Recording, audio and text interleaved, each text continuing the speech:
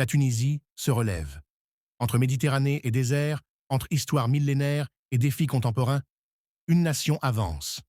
Longtemps ébranlée, souvent sous-estimée, la Tunisie se réinvente, portée par sa jeunesse, son intelligence, son ambition. Ce n'est pas un mirage, c'est une renaissance. Ce ne sont pas des slogans, ce sont des projets concrets, sur le terrain, au service des Tunisiens. La Tunisie, aujourd'hui, prépare sa propre voie. Numéro 1, infrastructure et mobilité. Le lien entre les citoyens. À Tunis, à Sfax, à Sousse, les routes s'améliorent, les connexions s'accélèrent. La transmaghrébine se modernise. Du nord au sud, les échanges deviennent plus fluides. Les ports de Radès, de Zarzis et de Bizerte sont modernisés, facilitant les échanges commerciaux, attirant les investisseurs. Le transport urbain se réinvente. À Tunis, le RFR, réseau ferroviaire rapide, devient peu à peu réalité, décongestionnant la capitale, désenclavant les banlieues. Le Grand Tunis change. Et avec lui, c'est tout un pays qui se reconnecte. 2. Énergie. L'autonomie par l'innovation. La Tunisie s'engage vers l'indépendance énergétique. Une nécessité, un choix stratégique. Le solaire s'impose. À Tozeur, Tataouine, Kairouan, les centrales photovoltaïques émergent. Le soleil tunisien devient une ressource d'avenir.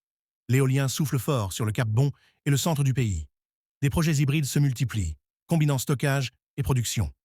La Tunisie investit aussi dans l'interconnexion avec l'Europe, avec des projets comme Elmed, reliant le réseau tunisien à l'Italie. L'énergie devient propre, elle devient tunisienne. 3. Agriculture et sécurité alimentaire, la terre comme force. L'olivier, le blé dur, les dattes de Deglénour. Ce sont des emblèmes. Mais aujourd'hui, ce sont aussi des piliers économiques. Face aux sécheresses, la Tunisie adapte son agriculture. Nouvelles techniques d'irrigation, semences résistantes, agriculture de précision. Les jeunes agripreneurs investissent la terre. Des startups agricoles naissent, des chaînes de valeur locales se développent. Les marchés se fournissent en produits tunisiens, transformés localement. Moins de dépendance, plus de résilience. 3. Agriculture et sécurité. Alimentaire. La terre comme force. L'olivier, le blé dur, les dattes de Deglénour. Ce sont des emblèmes. Mais aujourd'hui, ce sont aussi des piliers économiques. Face aux sécheresses, la Tunisie adapte son agriculture. Nouvelles techniques d'irrigation, semences résistantes, agriculture de précision. Les jeunes agripreneurs investissent la terre. Des startups agricoles naissent.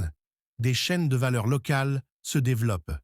Les marchés se fournissent en produits tunisiens, transformés localement.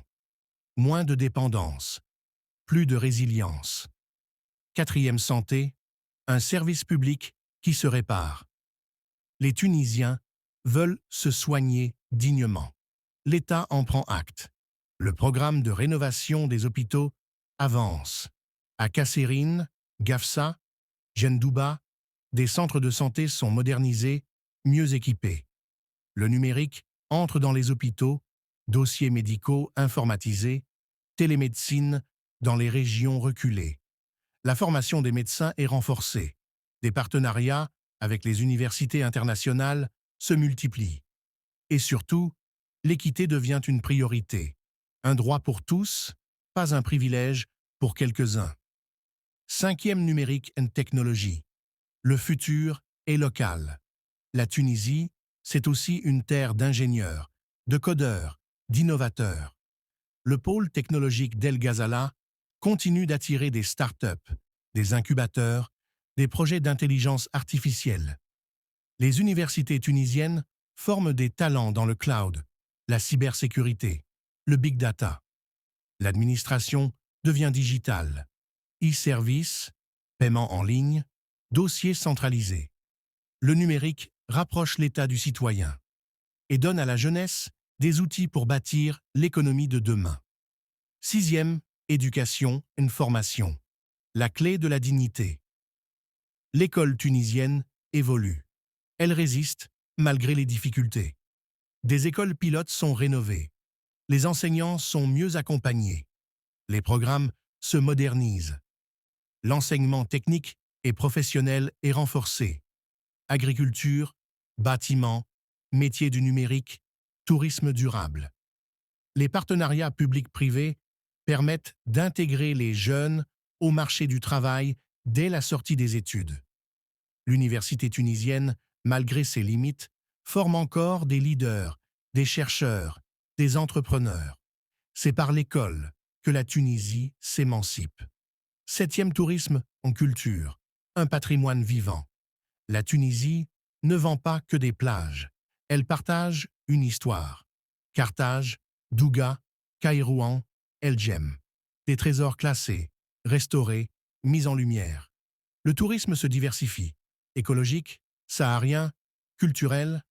À Djerba, à Tataouine, à Tabarka, on redécouvre une Tunisie authentique. Les festivals renaissent. Le cinéma tunisien rayonne, primé dans les plus grands festivals. La musique, la littérature, le théâtre, l'âme tunisienne s'exprime avec fierté. La culture devient un levier d'économie. Mais surtout, elle reste une boussole. Huitième cohésion, gouvernance et espoir. La Tunisie est une démocratie jeune, fragile mais vivante. Les débats sont vifs, les voix diverses. C'est le prix, mais aussi la preuve, d'une société éveillée. La décentralisation progresse, les municipalités s'équipent, s'organisent, répondent mieux aux besoins des citoyens. Les associations, les femmes, les jeunes prennent la parole, construisent, proposent. La société civile tunisienne reste l'une des plus actives du continent. Et c'est là que réside l'espoir, dans cette capacité à ne jamais céder. Et enfin, un pays qui tient bon, qui avance. La Tunisie ne suit pas un modèle. Elle en invente un, à sa mesure, avec ses défis, ses tensions, ses contradictions, mais aussi avec ses talents, ses ressources, ses ambitions. Les Tunisiens n'attendent plus qu'on vienne les sauver. Ils agissent, pas à pas, secteur par secteur, génération après génération, ils redressent leur pays. Ce n'est pas parfait, mais c'est réel, et c'est déjà immense. Tunisie, la dignité comme boussole, l'avenir comme horizon.